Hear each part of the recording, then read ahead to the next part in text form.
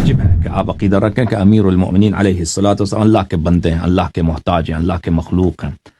وہ کھانا کھاتے تھے جیسے ہم کھانا کھاتے ہیں نا، وہ کھانا کھاتے تھے اور پھر جا کر وہ بھائی جیسے انسان لیٹرین جاتا ہے، وہ سوتے تھے، لیٹرین جاتے تھے، وہ پیشاب کرتے تھے، استنجا کرتے تھے، وضو بناتے تھے، غسل کرتے تھے.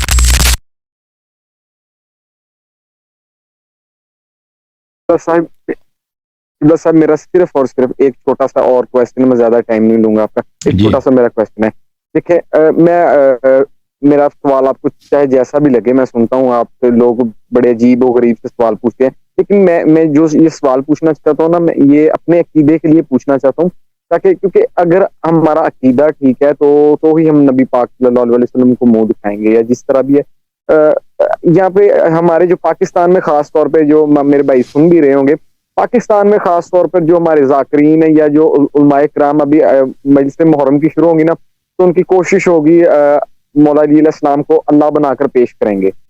ٹھیک ہے، تو میں اس عقیدے کے بارے کہ آپ کا اس بارے میں کیا رائے عمل ہے کہ ہم کو کس طرح آل محمد یہ جو آپ بات کر رہے ہیں نا، یہ پلیز پلیز پلیز پلیز میں نہیں، جس طرح مطلب کہ کچھ لوگ ہیں جن کو یہاں پہ مقصرین کہا جاتا ہے، کچھ لوگوں کو مقصرین کہا جاتا ہے، اور کچھ لوگوں کو جو ہے کہا کہ جاتا ہے کہ یہ علی کو اللہ مانتے ہیں، یہ نصیری ہیں.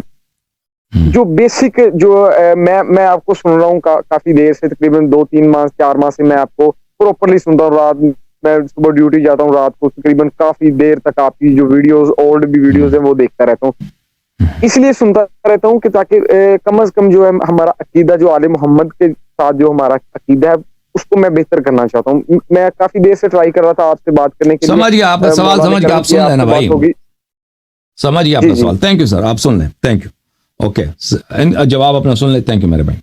جواب آپ کا یہ ہے میرے عزیز میرے بھائی کہ امیر المؤمنین علیہ الصلوۃ والسلام اللہ نہیں ہے، رب نہیں ہے، لیکن ان کے فضائل بے شمار ہیں، فضائل ان کے بہت بڑے ہیں، فضائل ان کی فضائل ہماری سمجھ سے بھی باہر ہیں. لیکن آپ نے جو کہا کہ ان کو اللہ بنا کر کوئی پیش کرتا ہے، اگر یہ کوئی اللہ ان کو بنا کر پیش کرتا ہے تو اللہ کی لعنت ہو اس پر. وہ امیر المؤمنین علیہ السلام کا دشمن ہے، اہل بیت علیہ السلام کا دشمن ہے، اہل بیت علیہ السلام اس شخص کے دشمن ہے جو بھی یہ عقیدہ رکھے کہ وہ اللہ ہے یا وہ اللہ جیسے ہیں. ٹھیک ہے نا، ان کو یہ واجب ہے کہ آپ عقیدہ رکھیں کہ امیر المؤمنین علیہ الصلوۃ والسلام اللہ کے بندے ہیں، اللہ کے محتاج ہیں، اللہ کے مخلوق ہیں.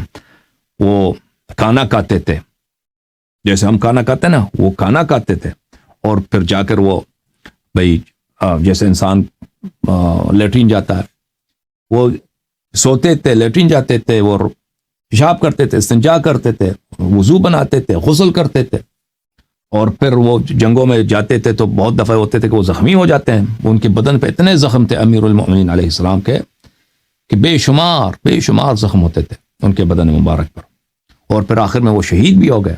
ٹھیک ہے نا، تو یہ رب نہیں ہے، یہ اللہ نہیں ہے، یہ اللہ کے خالص بندے ہیں. اللہ نے ان کو ہم پہ حجت بنایا، اللہ نے ان کو اپنا ولی، ان کی ولایت ہم پہ واجب ہے. ان کے فضائل بے شمار ہیں، ان کے علم کی کوئی انتہا نہیں، ان کی شجاعت کی کوئی انتہا نہیں، ان کی مردانگی کی کوئی انتہا نہیں، ان کی سخاوت کی کوئی انتہا نہیں، ان کے معجزات کی کوئی انتہا نہیں ہے. اور ان کی اللہ آپ کا بھلا کرے، اللہ جو ان سے راضی ہیں، اللہ ان سے جو پیار کرتا ہے، اس کی کوئی حد ہی نہیں ہے ہماری. اور ان کی عصمت اور ان کی طہارت کی کوئی انتہا نہیں. لیکن وہ اللہ کے بند، اللہ کا مخلوق، اللہ کا بندہ، اللہ کا پیارا بندہ، اور وہ مظہر العجائب ہیں.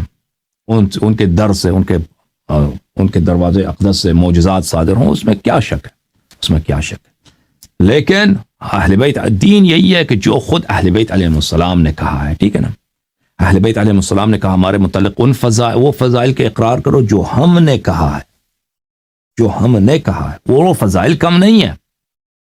مصیبت ہماری یہ ہے میرے محترم ناظرین کہ ہمارے علماء دینی جو انسٹیٹیوشنز ہیں، ہمارے مدارس وغیرہ، یہ ان علماء کے ہاتھ میں ہے جو عقیدہ پڑھتے نہیں ہیں نا، احادیث روایات، یہ ان کو اس سے کام ہی نہیں ہے، وہ الٹا سیدھا پڑھتے ہیں.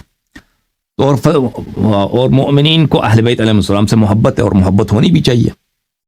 تو کیا ہوتا ہے بھائی کہ مومنین رغبت کرتے ہیں ذاکرین حضرات سے سننا. ذاکرین حضرات کو تو مولویوں سے چڑھ ہے، کہتے ہیں یہ مقصر ہیں، تو وہ خود اپنی تحقیق ادھر ادھر سے کرتے ہیں، اور 1-2 باتیں صحیح سیکھتے ہیں، اور 2 باتیں وہ اپنے آپ سے اس کو ٹویک کر کے چینج کر کے حدیث سے وہ تعویل کر کے اس کو ملا کے فضائل بنانے کے لیے، ٹھیک ہے نا.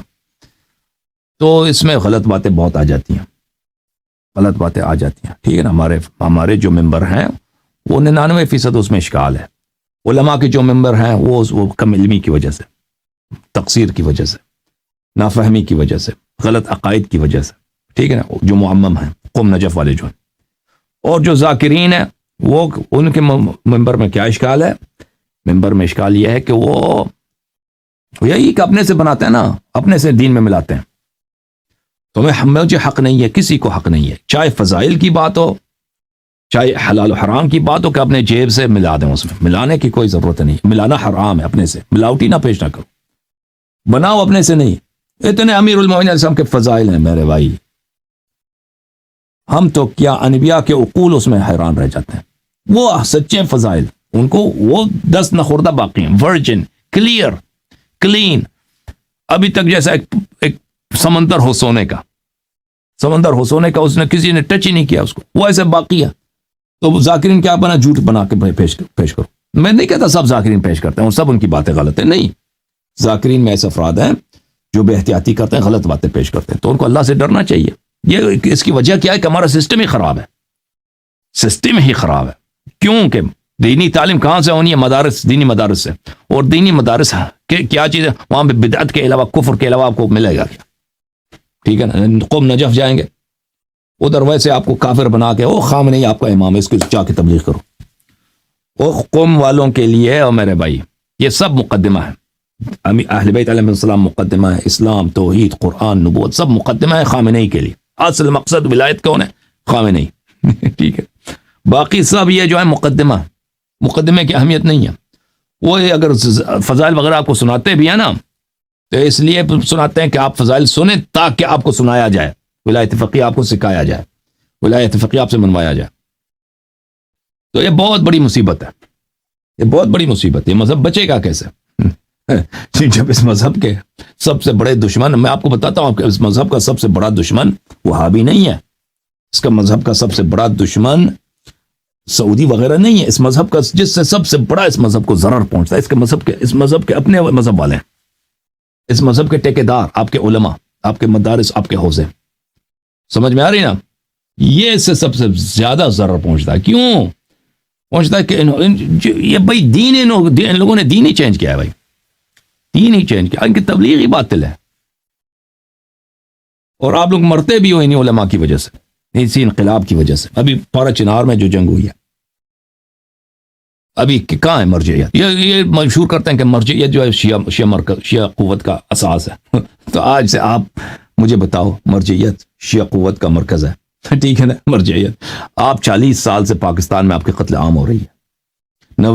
80 کے دہائی میں، 90 کے دہائی میں، 2000 کے دہائی میں کتنے شیعہ مارے گئے، ٹھیک ہے نا؟ پارا چنار میں اتنا، کوئٹے میں اتنا. یہ مرجعیت نے ہم نے کیا، یہ قوت کا مرکز ہے نا، اس نے کیا کیا آپ لوگوں کے لیے؟ کیا ہے؟ بہرحال یہ باتیں